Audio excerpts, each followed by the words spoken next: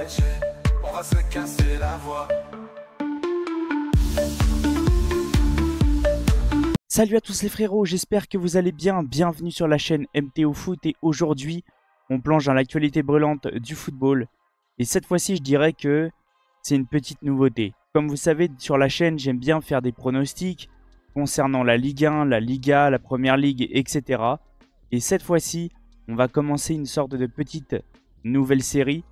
Vous savez, la Ligue des Champions arrive à grands pas. Et chaque semaine de Ligue des Champions, je vous sortirai une vidéo concernant tous les matchs. Une vidéo pronostic complet sur tous les matchs, à part le Paris Saint-Germain qui sera sur une vidéo à part. Là déjà, on va commencer une nouvelle année en Ligue des Champions, surtout une année qui me hype beaucoup. Comme tout le monde le sait, je dirais que c'est un nouveau format. Et je pense que ça plaît à beaucoup de monde, un petit peu de changement, une nouvelle façon de voir comment les équipes vont être, surtout parce que sur un classement, ça ne va pas du tout être pareil que si il y avait plusieurs groupes. On a vu, il y a un grand championnat de plus de 30 équipes. Ça veut dire que là, on va pouvoir rencontrer beaucoup de grosses équipes. Il va y avoir beaucoup de gros matchs. On sait que Paris va affronter Manchester City, le Bayern, Atlético de Madrid, Arsenal. Ça fait beaucoup, mais je dirais que ça peut faire vraiment plaisir aux supporters, même plaisir aux joueurs qui vont jouer beaucoup de gros matchs. Le souci peut-être de ce format, c'est que ça rajoute des matchs en plus. Par contre, il y a un truc qui me plaît, c'est que ça veut dire que là, sur chaque match, va falloir être à fond parce que tous les matchs, tous les points, toutes les victoires, toutes les défaites, tous les buts marqués, tous les buts pris, la différence de but, tout va compter. Tout va compter, donc tout va être ultra important. Donc ça veut dire que direct, va falloir être à fond dans la compétition et ne pas se rater. En tout cas, la vidéo va être peut-être un peu longue pour tous ceux qui vont suivre. Je vais essayer de faire ça assez rapidement. On va pas non plus rentrer dans les détails de chaque match, sinon ça va être trop long pour vous. Mais je vais vous donner un petit peu mon avis et je vous donnerai pour chaque match mon pronostic. En tout cas, j'espère que la vidéo va vous plaire. Bon visionnage. Avant que la vidéo commence, n'oubliez pas l'abonnement, le petit like, le petit commentaire pour le référencement et n'hésitez pas à partager les potes. Partons maintenant sur les différents matchs et vous allez voir, il y en a beaucoup. Comme on peut voir, il y a 1, 2, 3, 4, 5, 6 matchs le premier jour. La première journée va se jouer sur 3 jours, très différents de chaque fois. Donc on a 6 matchs, là on en a 6 autres, donc ça veut dire qu'on est déjà à 12. Et on a une autre journée qui arrive juste après le jeudi. Et c'est très rare, c'est même jamais arrivé que la Ligue des Champions soit sur 3 jours. Et c'est là qu'on voit qu'il y a beaucoup de matchs. Donc 12, 13, 14, 15, 16, 17, 18 matchs lors de la première journée. C'est plutôt intéressant, il va y avoir des matchs, il va y avoir des gros matchs comme on peut voir. Milan AC Liverpool.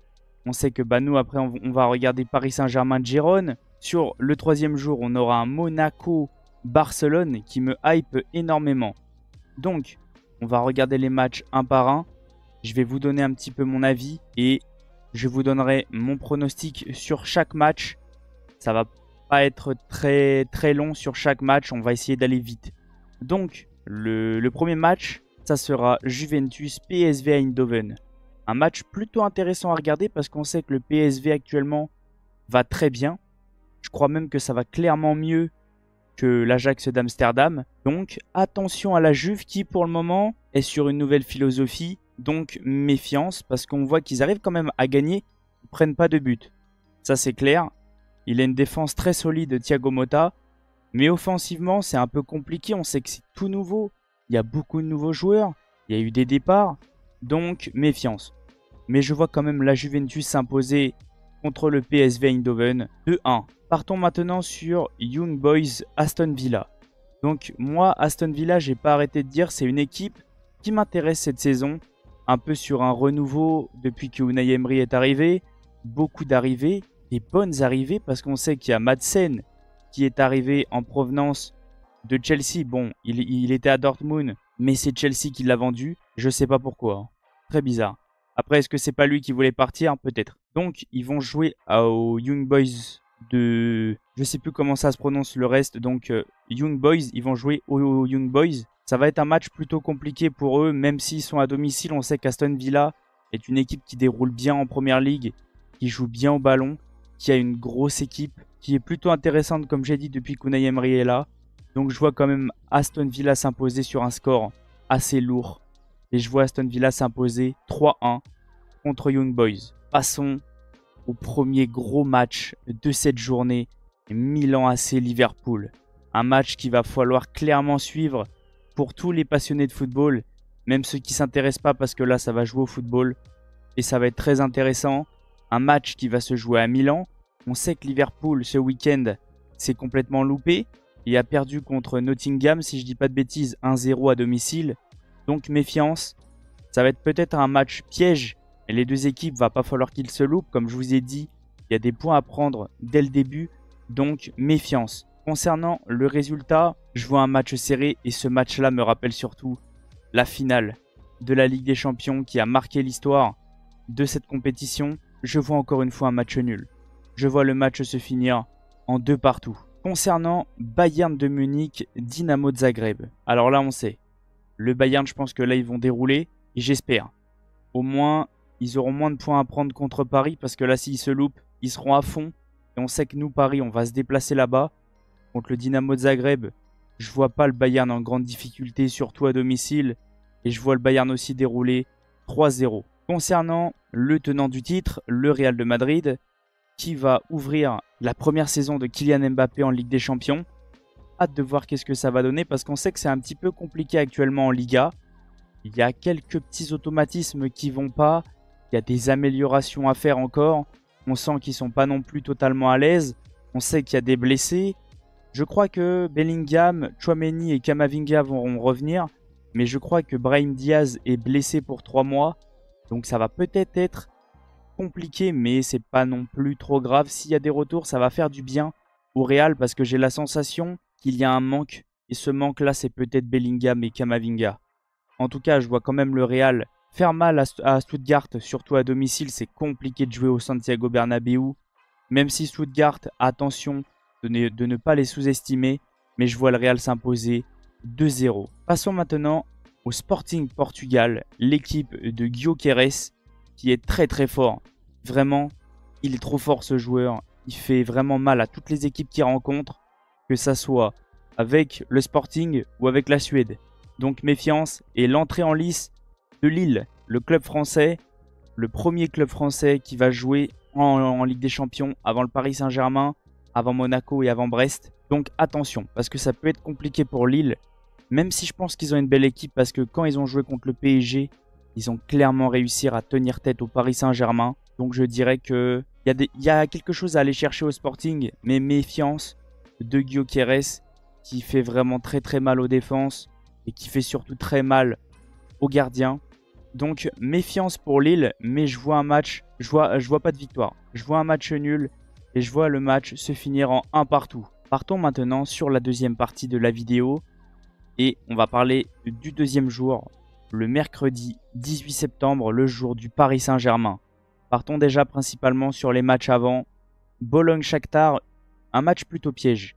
On sait que Bologne a perdu déjà son coach, a perdu plusieurs joueurs, principalement Calafiori. Et on sait que le Shakhtar est une équipe qui vient déranger souvent les grosses équipes et qui joue plutôt bien mais à domicile. À l'extérieur, c'est un peu plus compliqué. Mais moi, pour une fois, je vois l'équipe qui va recevoir perdre. Et je vois le Shakhtar s'imposer 2-1. Partons maintenant sur Sparta Prague, Salzbourg. On sait que ça va être encore un match piège. On sait que Salzbourg est une très belle équipe. Chaque saison, ils viennent déranger les autres équipes, surtout les grosses équipes. On sait que c'est une équipe qui forme de très bons joueurs, comme un certain Erling Haaland. Donc, ça va être un match piège. Je vois quand même Salzbourg s'imposer, pas sur un gros score. Et je crois que ça va être le premier. Je vois Salzbourg s'imposer 1-0. Partons maintenant sur le match Celtic-Bratislava. Et là, je dirais que Bratislava est peut-être le petit poussé de cette Ligue des Champions, peut-être avec Brest ou autre. Mais je vois quand même Celtic. Chez eux, c'est très fort. On sait que ça joue bien au ballon. On sait que là, actuellement, je crois qu'ils sont premiers. Je vois le Celtic chez eux. C'est vraiment pas pareil qu'à l'extérieur. On est dans une atmosphère très chaude. Les supporters mettent surtout une très très grosse ambiance. Ça fait peur, ça peut mettre une grosse pression à l'adversaire. Donc je vois quand même Celtic s'imposer sur un score net et sans bavure, 2-0. Partons maintenant sur Bruges-Borussia Dortmund. L'entrée en lice de l'équipe qui nous a sorti la saison dernière. Et à chaque fois que je les vois, ça me fait extrêmement mal. Mais bon, c'était totalement mérité. On sait que Dortmund a recruté mais a perdu aussi des joueurs. Madsen n'est plus là, Füllkrug n'est plus là. Mais je crois qu'ils ont quand même réussi à se renforcer avec Guirassy, si je dis pas de bêtises, le joueur de Stuttgart. Donc il reste quand même avec une très belle équipe. Je crois qu'ils ont perdu aussi Marco Reus. Si je dis pas de bêtises, bah oui. Il a annoncé juste avant le match contre le Paris Saint-Germain qu'il partait de son club. Mais je vois quand même Dortmund avec une très belle équipe. Bruges, ça reste une équipe costaud à domicile.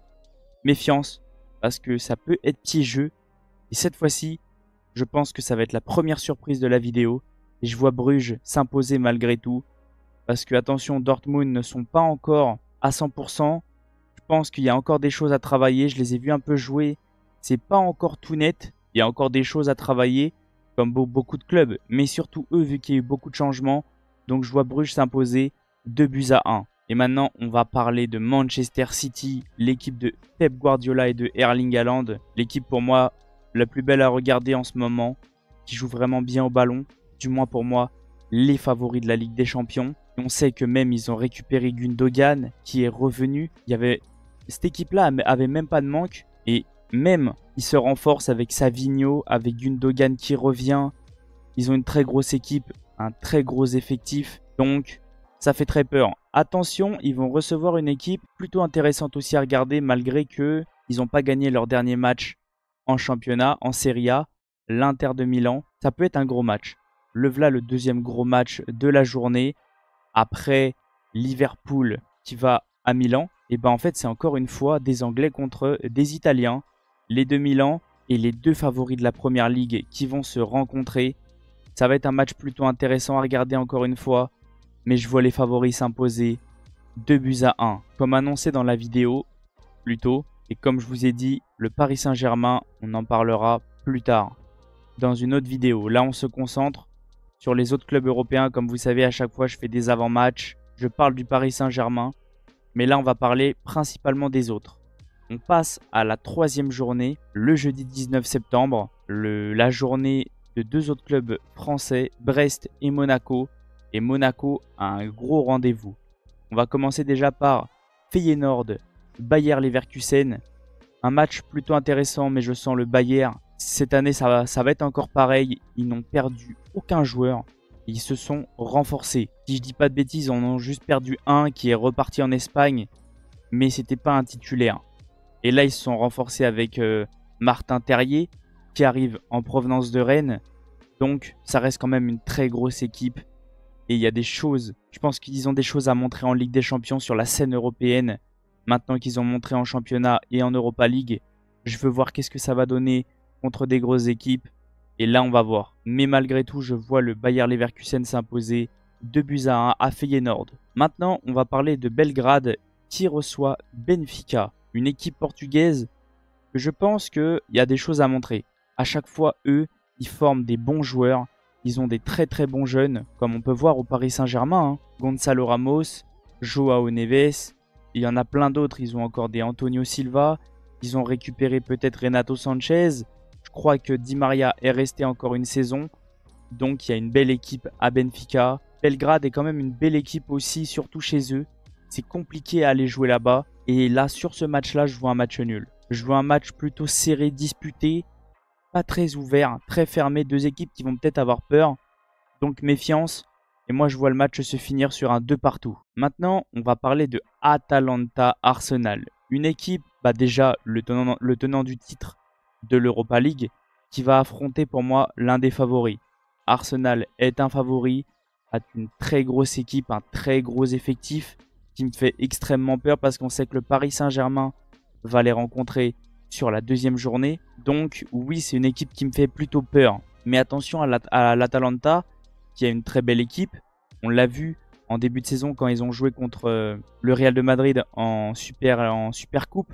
si je dis pas de bêtises, le vainqueur de la Ligue des Champions contre le vainqueur de la Ligue Europa. Ils ne se sont pas laissés faire. Et j'ai trouvé que c'était plutôt une équipe qui posait bien le ballon, qui jouait bien au football. Donc attention à Arsenal. Mais moi je vois quand même Arsenal s'imposer là-bas.